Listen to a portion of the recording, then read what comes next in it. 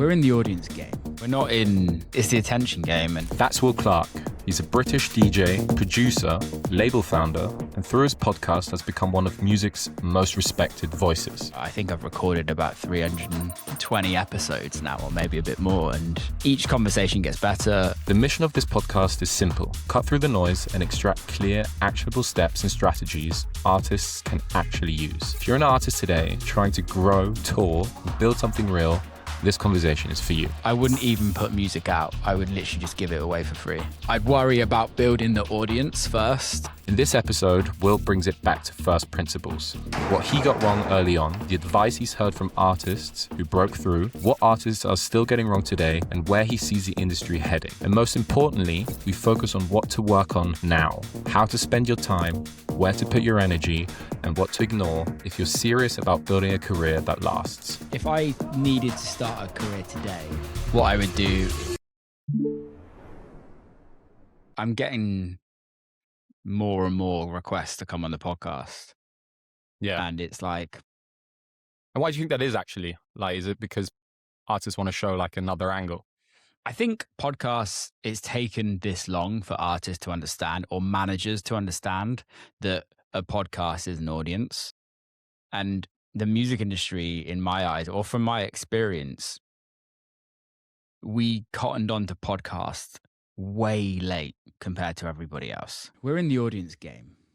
We're not in, it's the attention game. And I think with podcasts nowadays, you can reach a new audience. And I think that's what artists and managers are seeing. And also, I think for me on my podcast, it's more so been about, like, I try and, because I'm coming from the artist side, like, I'm trying to bring in conversations that artists don't get asked on interviews, because quintessential music press, unless you're being interviewed by like Zane Lowe or like one of the greats, right?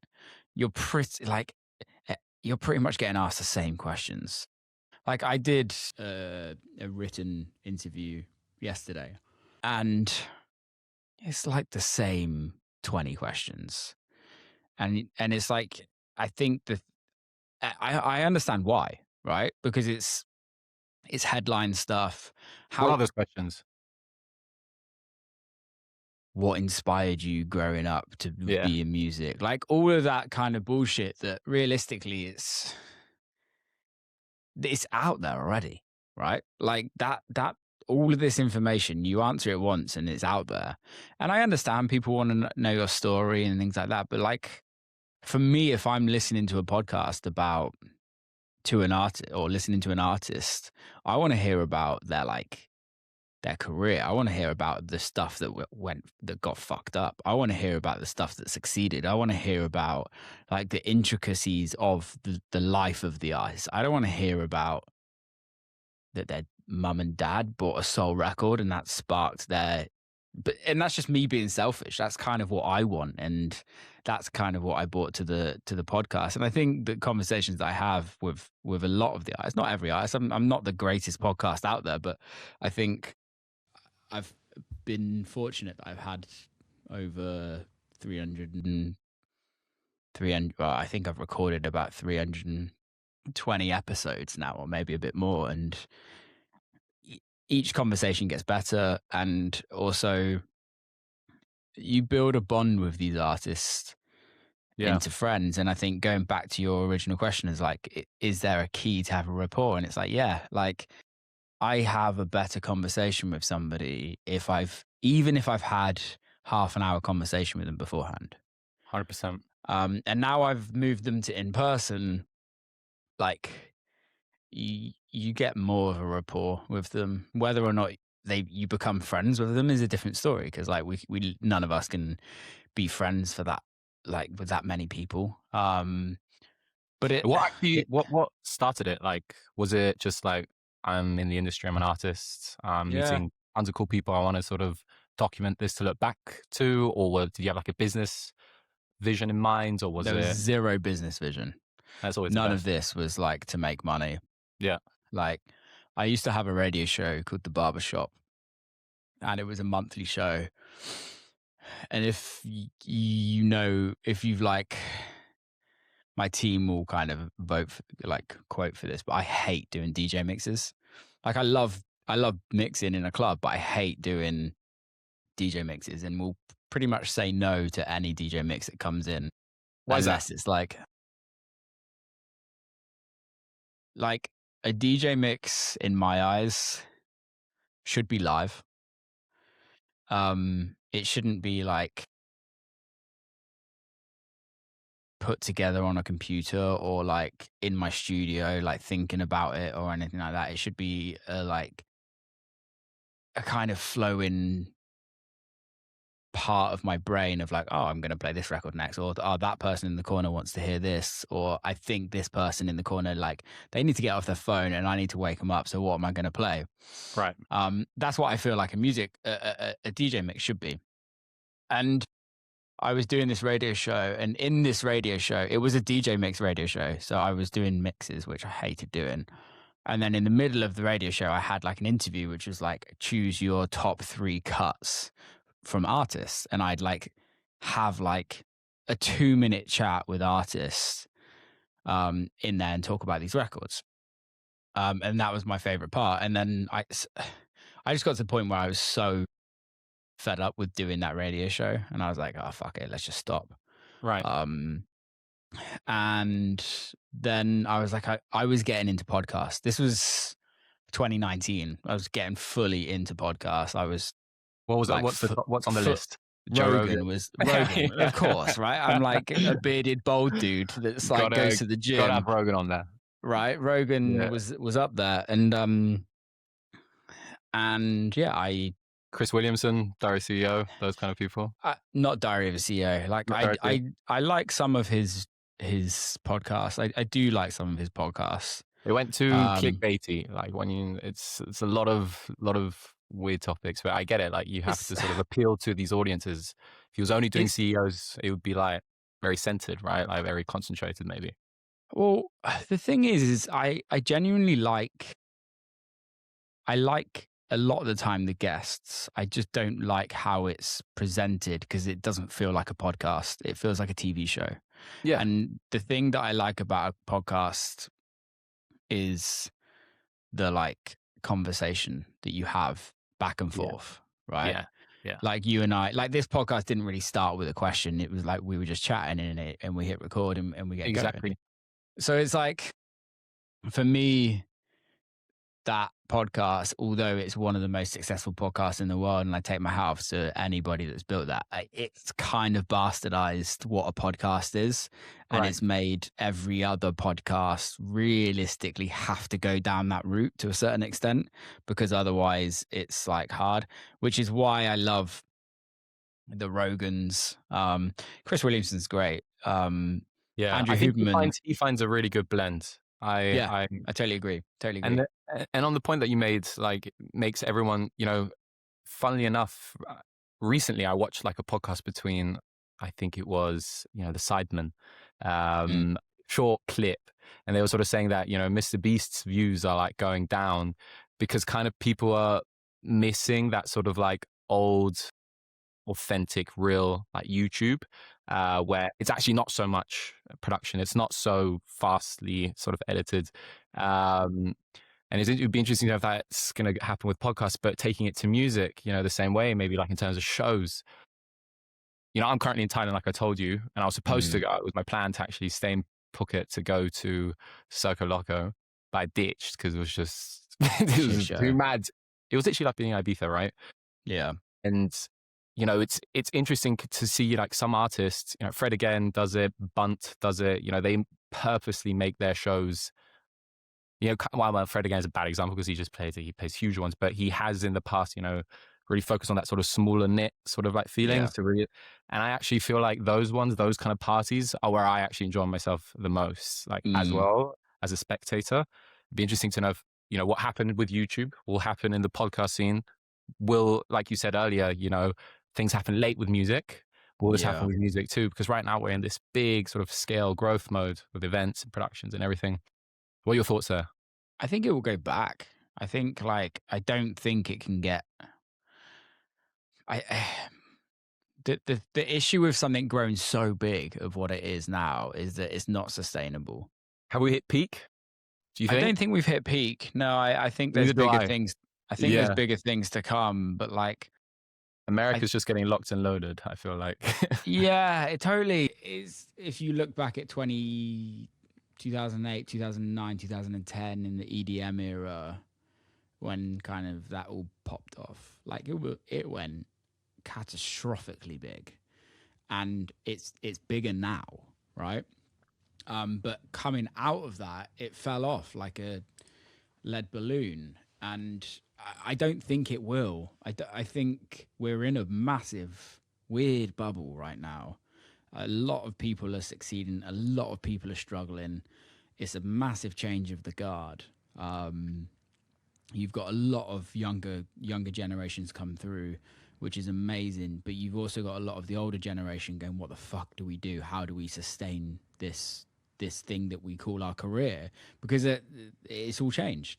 You've got there's a lot of speed of turnaround of people having success and then not having success or struggling.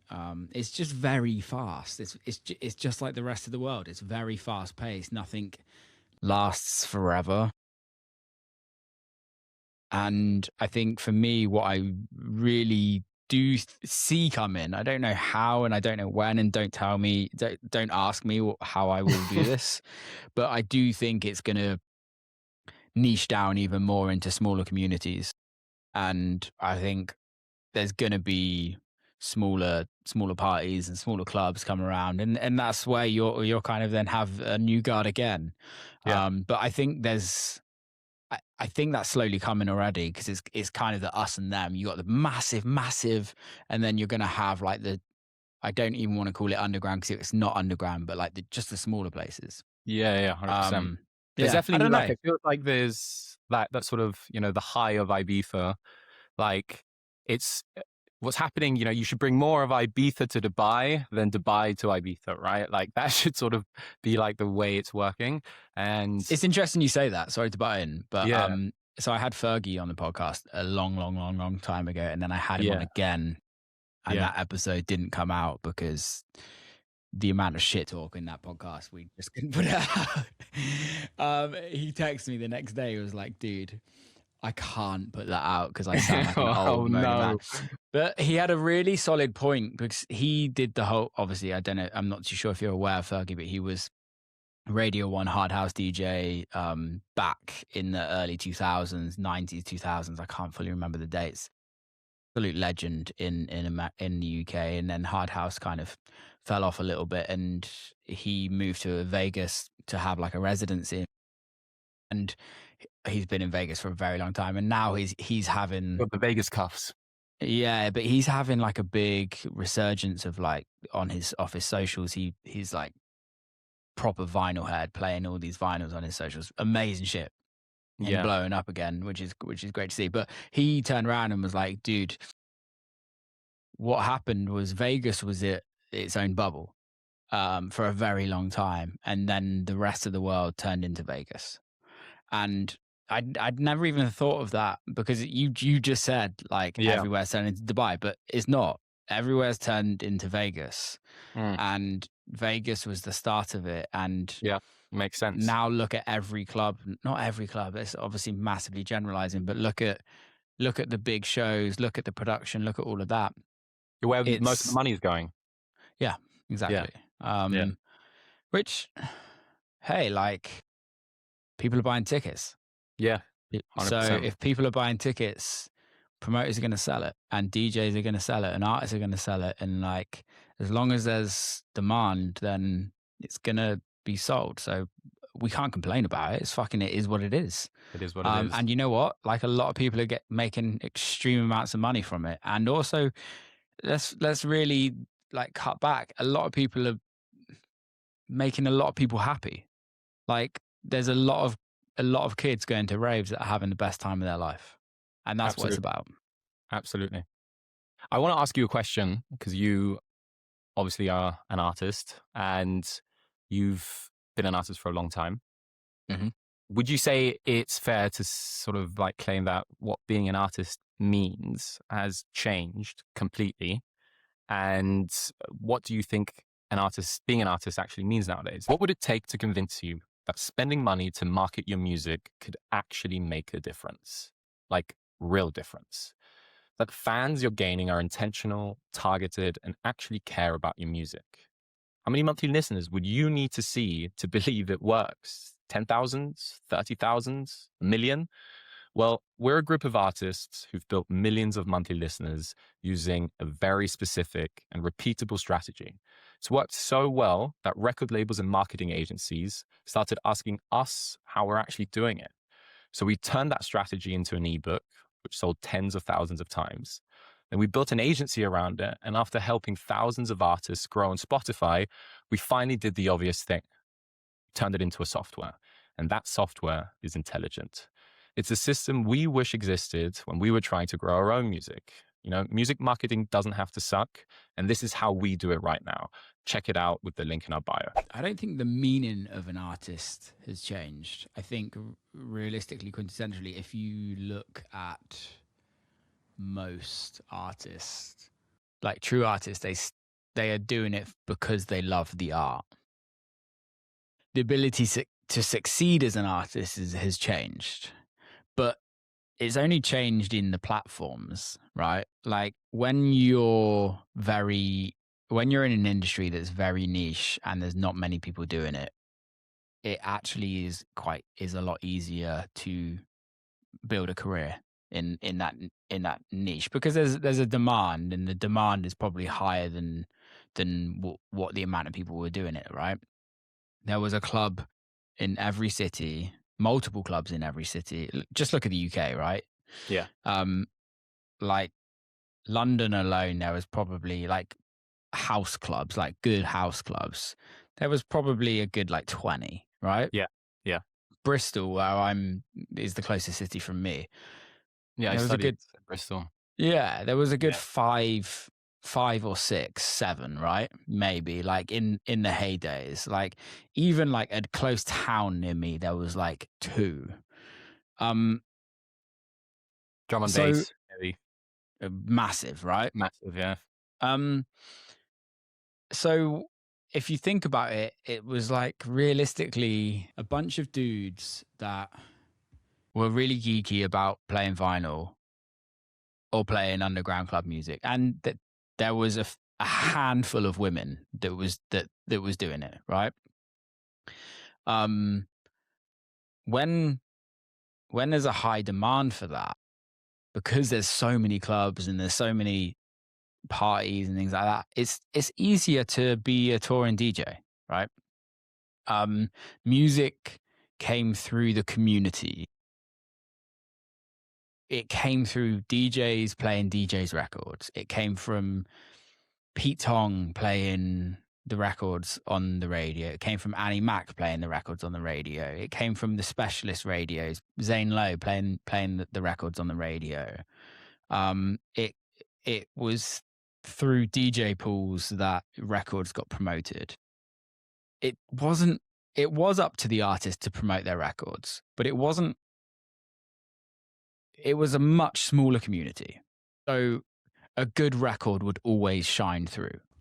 Whereas now, let's say, for instance, let's just say, for instance, like let's even talk about Bristol. There's probably, where there used to be 7 clubs, there's probably 3 now that are like, that people go to on a regular basis, maybe 4, right? But beforehand, there was maybe 100 DJs. Now, everyone and their cat's a fucking DJ. Everyone, mate. Right? And there's nothing wrong with that. But, and you also have the change of venues. The venues are changed, so they're bigger, right? But you know what I also find so interesting, where you would say, you know, geeky, you would sort of connotate those people wanting to be an artist, you know, students, right? Mm-hmm. That makes direct sense. But mate, like, and I'm sure you can speak to this even more, but it goes through every every tax bracket, every billionaire in LA or whatever is, is doing cold plunge sauna and, hopping on the decks. And it goes all the way down to, in the shit Bristol dorms, and it's incredible because, the demand is bigger than ever, but the supply is also bigger than ever. Now you've also got all these tools, right, to make creation of music quicker. So I guess where I was sort of like coming from is that where back in the day, like you were saying, good records, playing the good stuff in a smaller sort of tight knit community. Nowadays, right, that's just one part of you. That's like the basics you got to bring. Because nowadays, I feel like to get bookers, to get maybe labels interested, you have to sort of show like almost like a CV of evidence that you know the game, which is you have to have a certain set of followers. Or I don't want to say you have to. I guess it's looked upon in a more benevolent manner, like if you're bringing something to the table.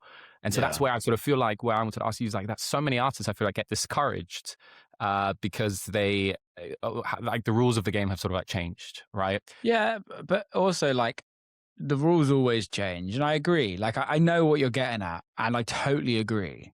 But I also just don't want to come on here and go, yeah, it's shit, you have to create content. Yeah, it's shit, you have to do this. Yeah, it's That's shit, what I love you have about to you. do that. But it's like, because you just have to do it, right? It's like if I wanted to sell you this fucking pen, right? Like Sell me that if pen. if that's my job, I have to sell you the pen, right? Yeah.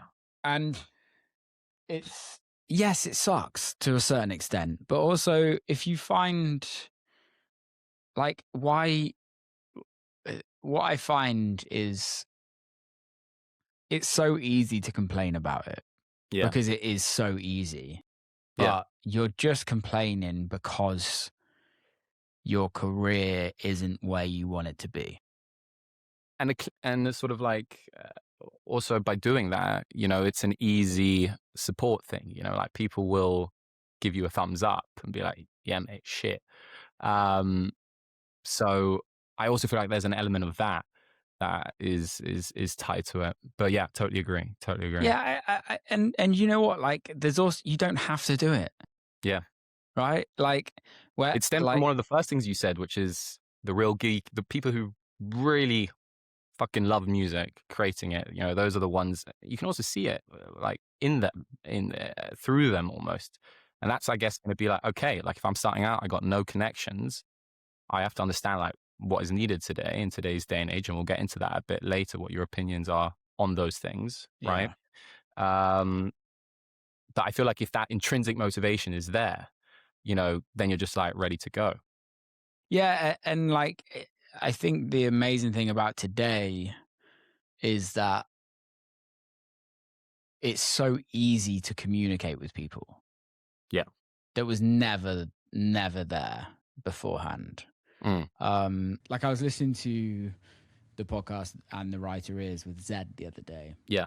Great podcast. And great podcast. And he was talking about how he was speaking to Skrillex just before Skrillex got massive on MySpace. And like the luck that needed to happen in that was so, you had to be so lucky to like, for timing and all of that. And that is still the case. Like timing and luck and all of that is exactly the same nowadays. However, there's more, it's more available for you to communicate with people who you look up to or people who you want to collaborate with or people that you feel like could help your career. It's so easy to do that. Like realistically, the reason why you and I are talking is because of Nico and because of realistically, Nico a long time ago, I don't even know if you were even aware of this. Nico made a record with a sample that I made a record with called You Take Me Higher. Yeah. And somebody started talking shit online that he stole my record. And I was like, no, he didn't steal my record. He found the same sample I found and he's made a nice record of it. Deal with it, people. Like that's how me and Nico actually realistically know each other. And then along many years later, we're now here. It's mad. So like that wouldn't have happened if there wasn't social media. That wouldn't have happened if it was back in the day. And Like I have Sam Devine, who's like a very good close friend of mine. She was the first person I bought records from. Um, she was the first person to book me outside of like my crew, and the first person to book me in Ibiza. And we sat down and had a podcast the other day, and we were just like, yeah, this whole industry has completely changed. Completely changed. It's unrecognizable to what it was when we first started. However, there's a kid today that is starting music and they are not aware of anything that happened beforehand. And that's fucking cool. Yeah, 100%. And on that, I want to ask you a question where, and I know you're not going to like this, but I'm going to push on it anyways. Imagine you're a tutor, yeah, Yeah. and you're now chatting to the artist who's now starting out. He might be listening to this, right? Got a skint, no, no penny in the bank Mm-hmm. account. You know, love to making music, wants to get going 2026. It's got, let's say, 5 to 10 focused hours in a week, every week. How would you, if you're putting yourself in his situation, split that between production, sending out tracks, doing content, I don't know, networking, pushing your releases? If you had to sort of almost think about a bit of a plan and just shoot at it how you want, but is there something that you could sort of be like, okay, guys, this is what I'd really look at doing now for the next year? Yeah. I still think it's the crux of it is still exactly the same. It's a really good question. But you have to get good at your craft. So get good at making music. Like be the best version of you at making music you possibly can before you even start about anything, right? You can learn how to DJ. Nowadays, it's not even a skill to learn how to mix, right? It's so easy nowadays. You don't need to do that. So get good at music and build a community around you. The social media thing doesn't have to happen straight away. Like I'm sure you're seeing this every day, right? It's like you go on Instagram and your Reels tab or my Reels tab is like how I got from 0 followers to 100,000 followers in the last Mate, I six swear to months. God, after we launched that book, I mean, it's like there's nothing to say about it, and I'm not claiming that it's 1,000% true. I don't want to make it seem that important, but I feel like with that book that we wrote and then did these other things, Yeah. that opened up a whole sort of like Timu copy paste version of this, which is Yeah. mad. Yeah, Because that is it, right? It's yeah, and I'm working with, like, as you know, I'm working with a marketing team at this moment in time. And the speed that things can change on social media, like I wouldn't even, it doesn't even really matter at the beginning of your career. What matters is that your product is fucking great. yeah. And the product, once the product is there, you can then go sell it. Steve Jobs didn't start selling an Apple computer until it was fucking great, right? Like there was a point where it got really good. They didn't just like put the first version of the iPod out. Like it was probably version 12, version 50 before it even got to like Steve Jobs' table, right? And Absolutely. then so that's the thing for me is make the product great.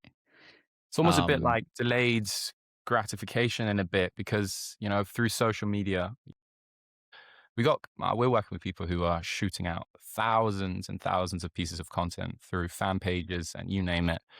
Uh, and sure, you know, that's great, but let's take that down to the smaller level. You know, like if you are, you know, a one man band, you're promoting your music, you know, a TikTok, getting a couple views, some good comments, that's a nice dopamine hit, right? yeah. And you might therefore sort of feel like compelled to maybe put out things quicker. You know, you're maybe taking certain shortcuts. Yeah. I don't know how many artists nowadays, I'm sure many are working with AI enhancements, you know, Suno, yeah, et cetera, et cetera. You know, I hear the same fucking spy samples in almost every track. Doesn't mean the song's bad, right? It's kind of like the quality it's becomes a good song. It's so rare to have like a great song because there's always a next and a next and a next. So I feel like it could be hard for artists, you know, to be like, right, like, when am I good? Because this already sounds fucking good. Yeah. You know what I mean? If I needed to start a career today and I wanted to speed fast my career right now, if I could produce, if production, I'd done that, I'd completed the learning curve of production. What I would do is Here's a reality most artists never get told. 60 to 80% of your Spotify streams don't come from playlists you pitch to or posts you make. They come from Spotify's algorithm, things like Discover Weekly, radio, Release Radar, mixes, all of that. So the real question isn't how do I get on playlists? It's how do I get Spotify to push my music? And the answer is something called popularity score. Spotify actually assigns every track and artist a hidden score based on how well it performs compared to others. And that score determines how much algorithmic exposure you will get. We spent years digging into artist data, analyzing over 1,000 careers, and we found that the biggest driver of that score is velocity. How many real people listen to your track in a short period of time? And Intelligent exists to solve exactly that problem. It's a tool we built as artists to consistently drive real listeners to new releases, spike that early momentum, and trigger algorithmic growth. That's the game. We just made it playable. I would make edits of all my favorite artists' records, and I would build Instagram and a TikTok and do literally edit a day, every single day, film it, post it, send it to the artist, and then build up an email marketing list, a text list on Lalo or co-brand or whatever you want to use, or community.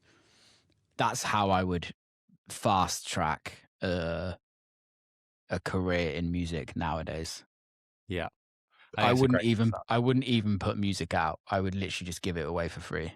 I'd worry about building the audience first, building fans, and building a communication between the fans before worrying about, here's my music. Give shit away for free consistently, and good shit. Some of it's going to be bad, some of it's going to be good, but 360, I'd probably be one of those dudes, and I'd go day 1 until I'm headlining Coachella, day 2 until I'm headlining Coachella, day 3 until I'm headlining. It's a great content format. Right. I'd just do something like that. Yeah. I think that's a great idea. But that's, if anybody's listening and somebody wants to do that, then DM me, I will help you, because I'd like to do that as a science project. Realistically, I think that's a great idea. Drop it in the comments, guys, and we can create an email list directly to Will. We can maybe make this happen. That'd be fun. So after that, okay, so I'm doing all this, right? Let's say I've gotten somewhere, I set myself up on a Spotify artist profile. I've got a good sort of lead list waiting for me to drop something. I've been offered labels. Happens quick nowadays. They're coming in with certain deals. But I've also I've been hit by the algo, by the old Nicos and Robins and all the other ones. I'm now self-releasing. What are you taking? What route are you going with? Depends what the goal is. Okay, let me reframe that question. What would you look for? What would you want a label to do, given your skill set? Let's say you're good at, the content marketing. What would you want? What would you expect them to do to make it I'll do this? And what would you have to have ready or in your artillery to do it sort of self-released? Okay, so there's 2 things, right? There's 2 record labels nowadays. There's independent labels. Well, there's actually 3. There's majors. There's indies there's majors that class themselves as indies because they aren't owned by the top 5 or top 3 or whatever you want to call it. And then there's independent labels, which is I would just call as DJ labels, right? I wouldn't sign to the majors. I wouldn't necessarily sign to the indie majors as well to start with. I would purely, what are you looking for in a label? You're looking for associations, right? Associations, which means, okay, unless you use me, for example, right? I'm about to put a record out on Chris Lake's label in a few days. I don't know when this episode's coming out, so it might be out already, right? Let's go. It's coming out on Black Book. Why do I sign that? Well, Chris is a mate. We've known him. I've known him for a pretty long time now. I really respect what he's done in the industry over the years. I really like what he puts out musically and how he puts it out. So why would I not want to be aligned with him? Right? He's one of the biggest artists in the world right now, especially in America. And I really like him as a person. So there's like multiple facets of kind of why I would do this. But realistically, when you're starting out, when I started out, it was who's gonna get me, who can I be associated with that gives me the most likelihood to become a touring artist. So I go to a label, I find a label that I love musically. That's still, for me, that's still number one, is like, do I align with any of these artists? Of course, yeah. Okay, yes, I do. Now I need to focus on that record label. And that record label was Dirty Bird at the time. Multiple artists on that label were full-time touring, which I think is still a key thing. You don't want to be signing to a record label that has just a head guy touring. Like you want everyone on the label to be touring full time. Yeah. Yeah. You want to see like a real business behind it, or at least like 50% of them touring, 50% new people coming through. So for me, it's like with Dirty Bird, who would you say 2025 did like a stellar job of that in our sort of like, in your house electronic music? Black Book, obviously. I think Experts Only. It was kind of a no-brainer. John has just like destroyed. I really want Dom to start a label. It's really interesting. Circle Loco smashed it this year on their label. 360 did really well on their label. At growing, like I feel like over the last 2 years they've helped grow Josh Baker's career massively. Yeah. He's not landed an Ibiza, which is crazy. Yeah. I got something on my tongue. I don't know what it is. Who else? I don't really know because I don't really follow much. I don't really pay attention to much. So it's kind of only what I'm hearing, like from stories, etc. From stories. Yeah. I know Insomniac do really well, but obviously Insomniac are massive because they have the like label side of it and the event side of it and everything else they do. But I think for me, like Higher Ground, like kills it, right? Diplo does amazing things at like building and growing artists through that label. Look at some of the artists that come through there, or like side quests like LP GOB, Carlita. I don't know, so many people. So I think I would, if I was starting out, I would be looking at labels that I align with musically and that I feel like can help me with my touring career. Yeah, 100%. But also going back to that is if I already have a fan base, right, and I built a fan base through social media, you can just do what the fuck you want. You have more than the record label, because a lot of the time the record label doesn't necessarily always have a fan base. It's the top person at the top that has the fan base. Yeah. Look at Zulan. Look what Zulan's done.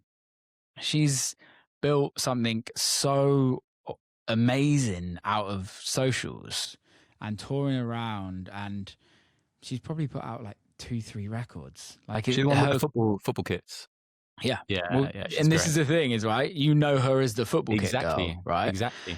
And that's the amazing thing is like a lot of these people are like, oh, you know, that's the person that did the edits every day until they headlined Coachella. Oh, that's the football kit girl, or that's the dude with the beard. Like no one's actually going, that's the person with that record that we all like. Yeah. We're in we're in the music industry and no one's actually talking about the music. Yeah. So Yeah. if you can get that in your head, that the music is only part of the product, the other part of the product is how you sell yourself, is how you present yourself, the branding around you, how you tell your story. All of those things are so important. I'm not even that good at it. Like I'm still working it out. I'm still not perfect at it at all. And we're still like every day trying to work it out. There's certain parts, there's a lot of people, not a lot of people, there's a few people that are very good at going with the wave, right? So they're very good at imitating. Like you go listen to the hard techno scene, you go listen to the tech house scene, you go listen to a lot of the scenes, and a lot of it sounds the same. And there's realistically not much that stands out nowadays. And that's not me being an old man. It's like I get why people are doing that, is because they want a career. So you kind of feel like you have to sound like everybody else, and then the industry jumps on it, and it's like, okay, well, that is how the industry is now. But I think every single one of us, we're so unique. Everyone's unique, whether you're in music or whether you're not. Like we all have our niche passions. We all have our niche in what we love, what we do, how we produce, how we lift weights, how we do all these things that we do in our life. And you just have to work out how to present that to the world. Yeah. 100%. And there's very, like you said, we see it all the time. There's a lot of like, I have this conversation with my marketing team, and they're like, we need to do this over and over and over and over and over and over and over and over and over and over again. And I get it, right? Like I totally get that. But that's for right now on social media. It works right now on social media. But in a year's time, when that doesn't work, do I want to be known as the guy that did something that wasn't really authentic to me, and because I now have to play that character to the world all the time? And it's like, that's the thing. It's like we did a series where I was doing like an inspirational poem talk, right? And it started with, you know what I realized? And like we posted one and everyone loved it and it did really well. And then they posted another one the day after and people still liked it, but not as much. And then posted one the next day, people didn't like it as much, and then posted one the other day. And I stepped back and was like, guys, this isn't me. Yeah. Like, yeah, this is me maybe once a month when I can talk about something that I genuinely feel like, but I'm not an inspirational talker. I'm not like one of these gurus that have lived the best life ever and done all of this. Like I can't put that to the world that I am that person, because I'm not. Yeah. And also, those people that are listening to this and that are going to enjoy this, are they going to be buying tickets to my show and listening to my music? Probably not. Yeah. Right. So it's like, I have to work out what works for me, which then I will then have to find an audience that works for them. Right. And that's the thing, is it still has to be, and it goes back to what we were saying, is the roles of an artist changing. It's not changed. You just have to do different things, but you still have to do things that make you happy. One thing we learned working with artists is that growth is hard to do alone. And that's why intelligence is far more than just a software. It comes with a community with thousands of artists, resources, and real guidance from real people who are actually doing this day to day. You learn how promotion works, you see what other artists are doing, you can ask questions, collaborate, and grow together. It feels less like a tool and more like a shared system of artists building together. And if that sounds like something you've been missing, you can try Intelligent now and get 20% off for life. Links in the description. I want to go back to the labels real quick, because I thought you touched on a really interesting topic earlier. Maybe if you were running a label, right? Sort of throwing back at you, not too of a sort of huge question here, but what are things that you think would move the needle for an artist? Like when I first started my career, it wasn't even first started. When my career happened, like I sat down with a family friend who is like really successful in business. He kind of like mentored me to a certain extent, Right. and But outside of music. outside of music, right? Interesting. Um, I had kind of a manager at the time, but I did have a manager, but the manager didn't. I think there's different back then. There was different roles of managers. We can talk about that as well, but he sat down and said, write down your biggest goals.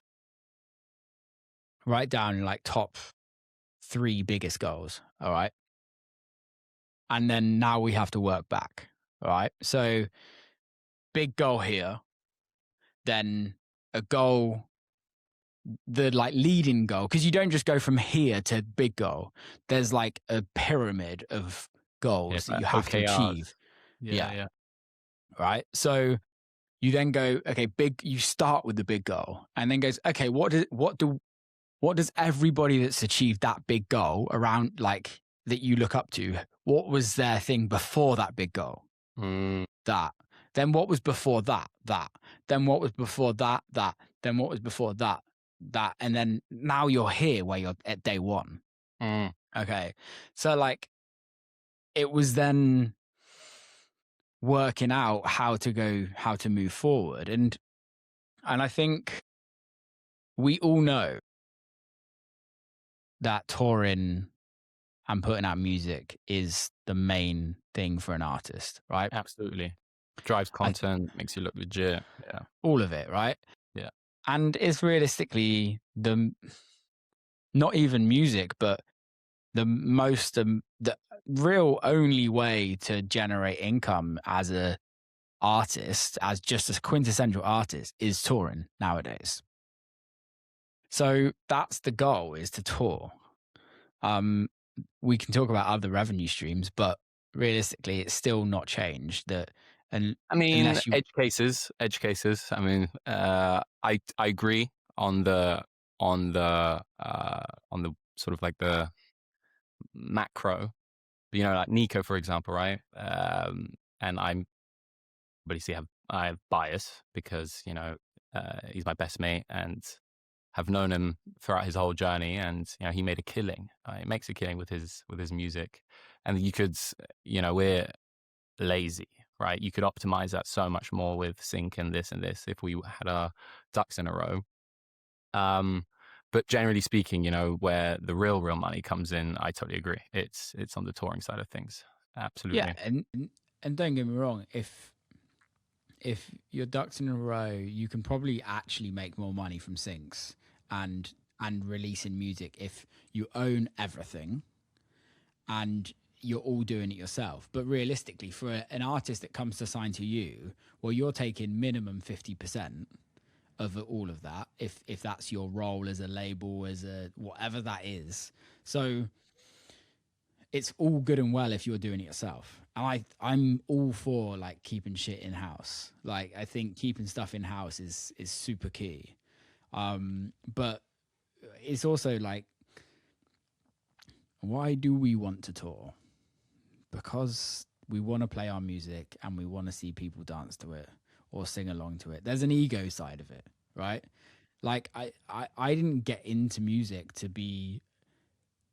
make a shit ton of money and be in business. I got into music because I wanted to make music and play records to people and make them feel happy. So that is the quintessential it, right?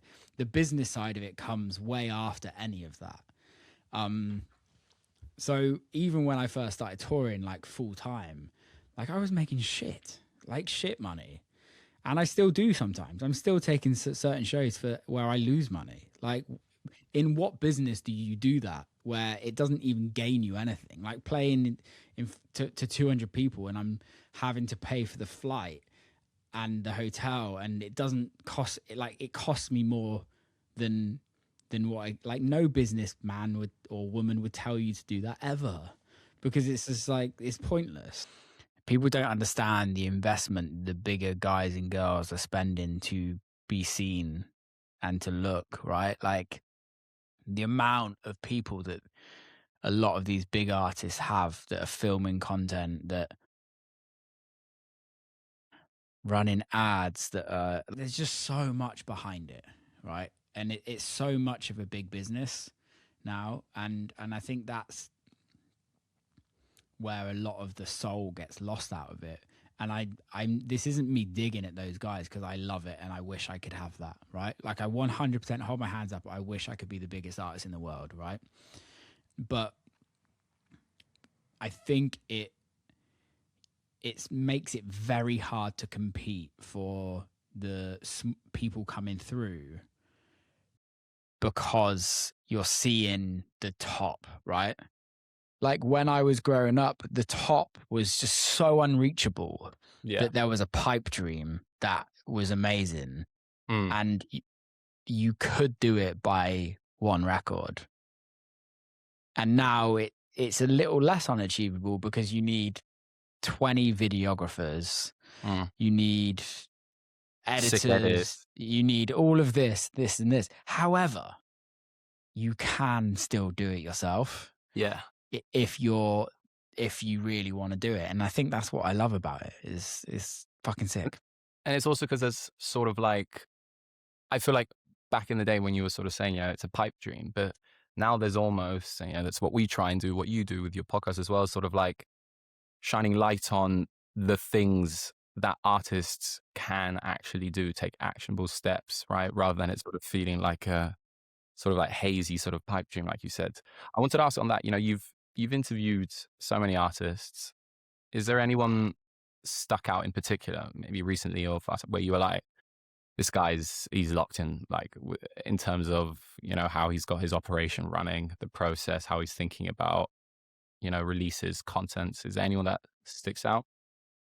There's a couple, but not in that sense. Like I did a podcast with Moby, which was just like one of the most insane podcasts ever. Like when I look back, like Moby's one of the reasons why I do it.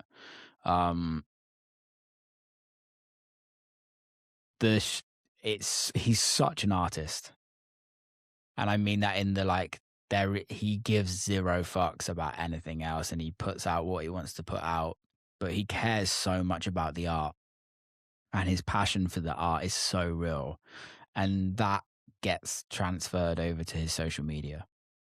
And for an old dude, realistically, he's an old dude, no disrespect, but for an old dude, he has still worked out how to get across to the newer audience, or an audience of some sort, right? And he does cool shit online, and it's cool, and it's just him being a geeky old producer artist, and that's, to me, that's like fucking cool. That like there's still he's doing it so passionately. And you know what? He probably is like, for fuck's sake, we got to record a social media thing. Like he probably is. We all are, a lot of us anyway, right? Yeah. But it's just us, just general day moaning. Like, okay, this is going to make you laugh. Yesterday, I rode a horse. I danced on hay bales. I fell in a pool. Put headphones on one of my dogs, and I drove a car through the gorge, all for content. A day's work, mate. All in a day's work. Yeah. Oh my God. One second, dude. Game. Yeah. In there. Just take the whole box. 1 second, dude. Yeah, all good. Sorry, that was my mum. She also has a podcast, and she's stealing the cameras. Love it. Yeah, so like that was all in a day's worth of content. And I have fun? Yeah, it was great. It was a good laugh. we fucking go. And And it's just me and a mate. yeah, makes it It's, easier. it's not like I'm using like a full on team. It's just me and a mate winging it. Shooting on an iPhone? No, we've got a few cameras. Like I'm fortunate that I have a lot of podcast cameras, and he is a videographer and photographer, and has like a camera and a drone, and we both have Handy. iPhones, right? There So you go. it's like, yeah, Indie plus. yeah, it's indie, but it's like we're doing this on such a small budget, like I'm literally just paying him, like that's it. Um, so and I'm getting mates rates, like everyone out there can do it, everyone. And is there someone like younger, maybe sort of is, no, once again, no disrespect to Moby, right? But that sort of was like one angle. Would you say that there's maybe someone who's sort of like, maybe that's not necessarily something that you would want to do, but you can still appreciate it, like conceptually, how they're thinking about it? Like, Yeah. are there some people who are really like this is how we operate, sort of like a bit like a proper business, like someone who strikes me Mm. like that? I'm not sure if you've interviewed him. Is Baker, Josh Baker? You know, he's got like his syntho thing. He's got all these other stuff. Like, I don't know him. I've never spoken to him, but it seems like from afar that, you know, he's got everything dialed in. Yeah, I think like he's done I haven't had him on the podcast. We're in talks to get him on, but obviously he's one of the most famous dudes around now, so it's pretty hard to get him on. Somebody that I haven't had a conversation with, that I actually want to have a conversation with, is Daniel Allen.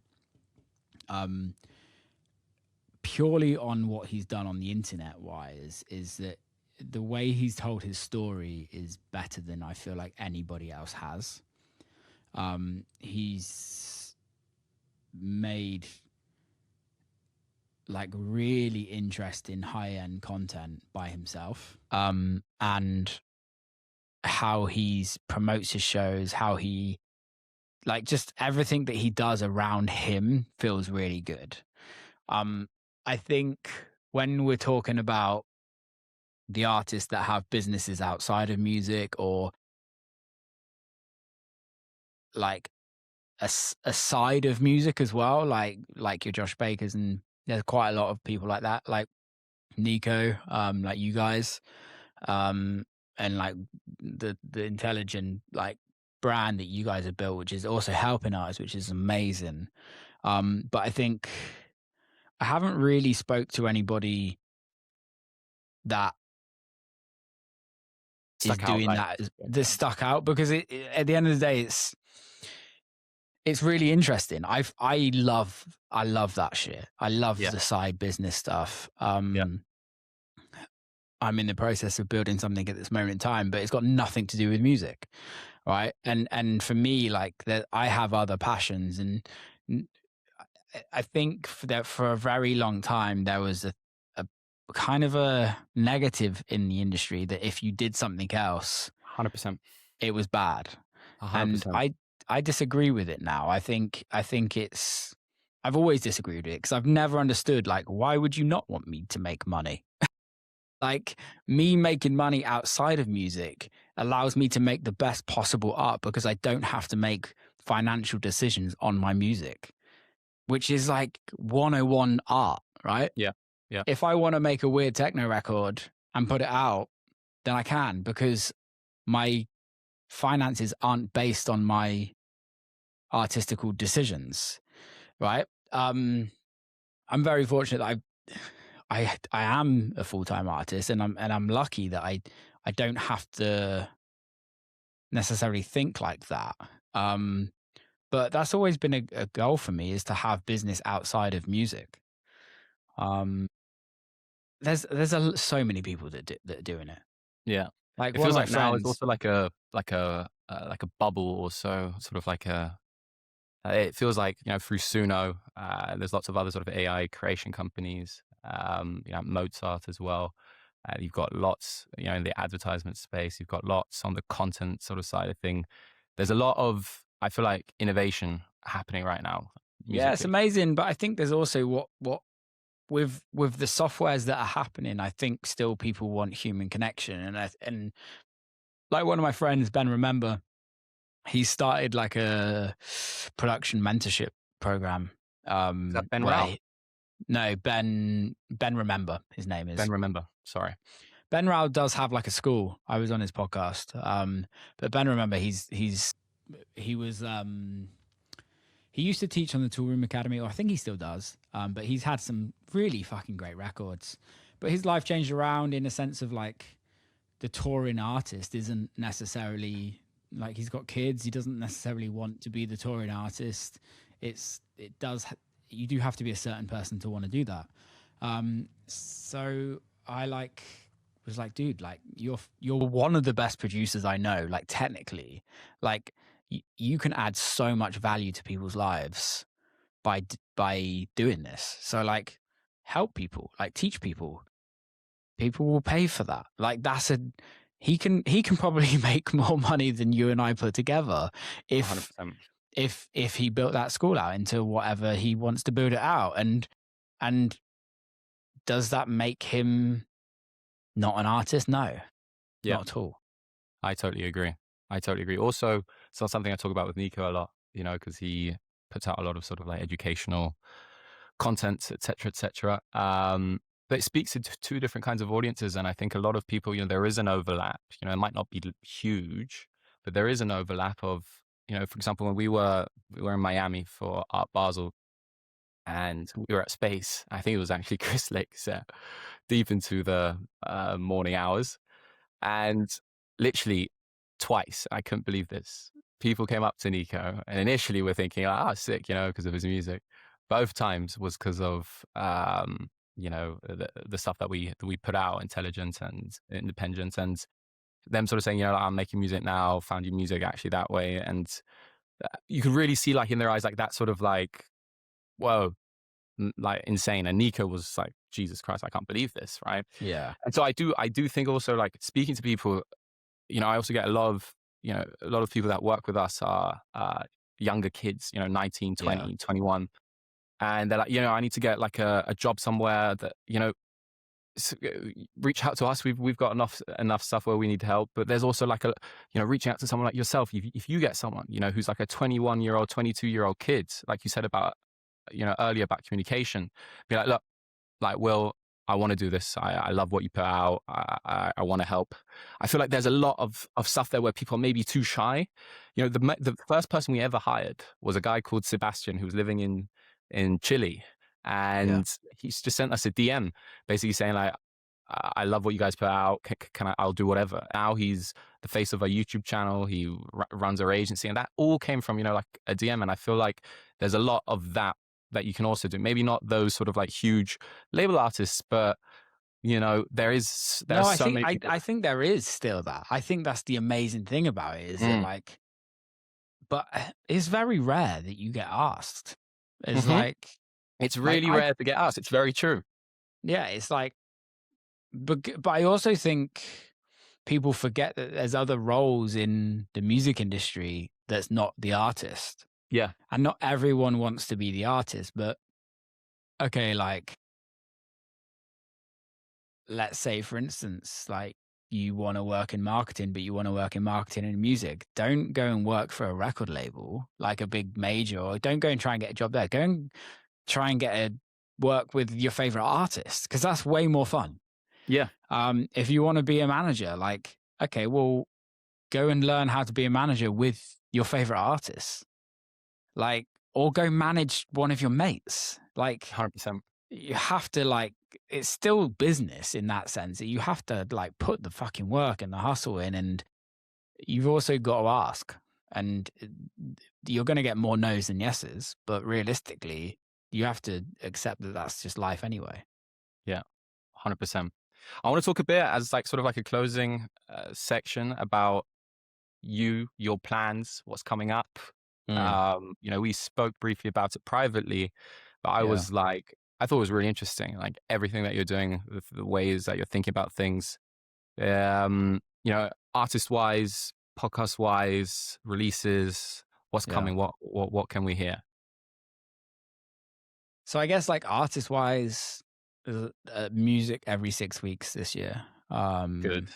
Pretty much like just consistently putting music out.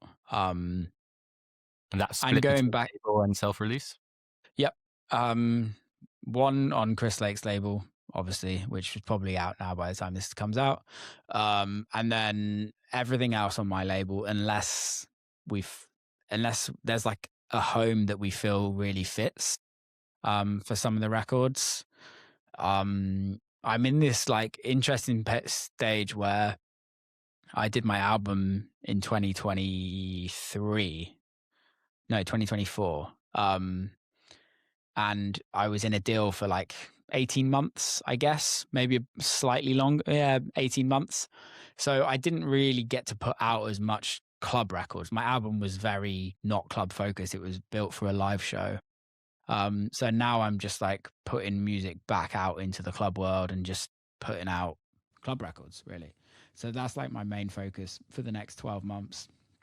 And on top of that, like I'm really working hard on trying to make content that I enjoy, that's a laugh to make and that like works. And then on the podcast side of things, we've moved 99% of the podcasts all into in person, which has been a goal for me since day one. I really want to build the podcast into something that can really help artists and give artists a platform, whether that's the artists coming on the podcast or whether that's people listening to the podcast. I really want to give it a tool to allow it to be used as a tool for people to understand the industry more, and to understand the depths of what it takes to be in the industry.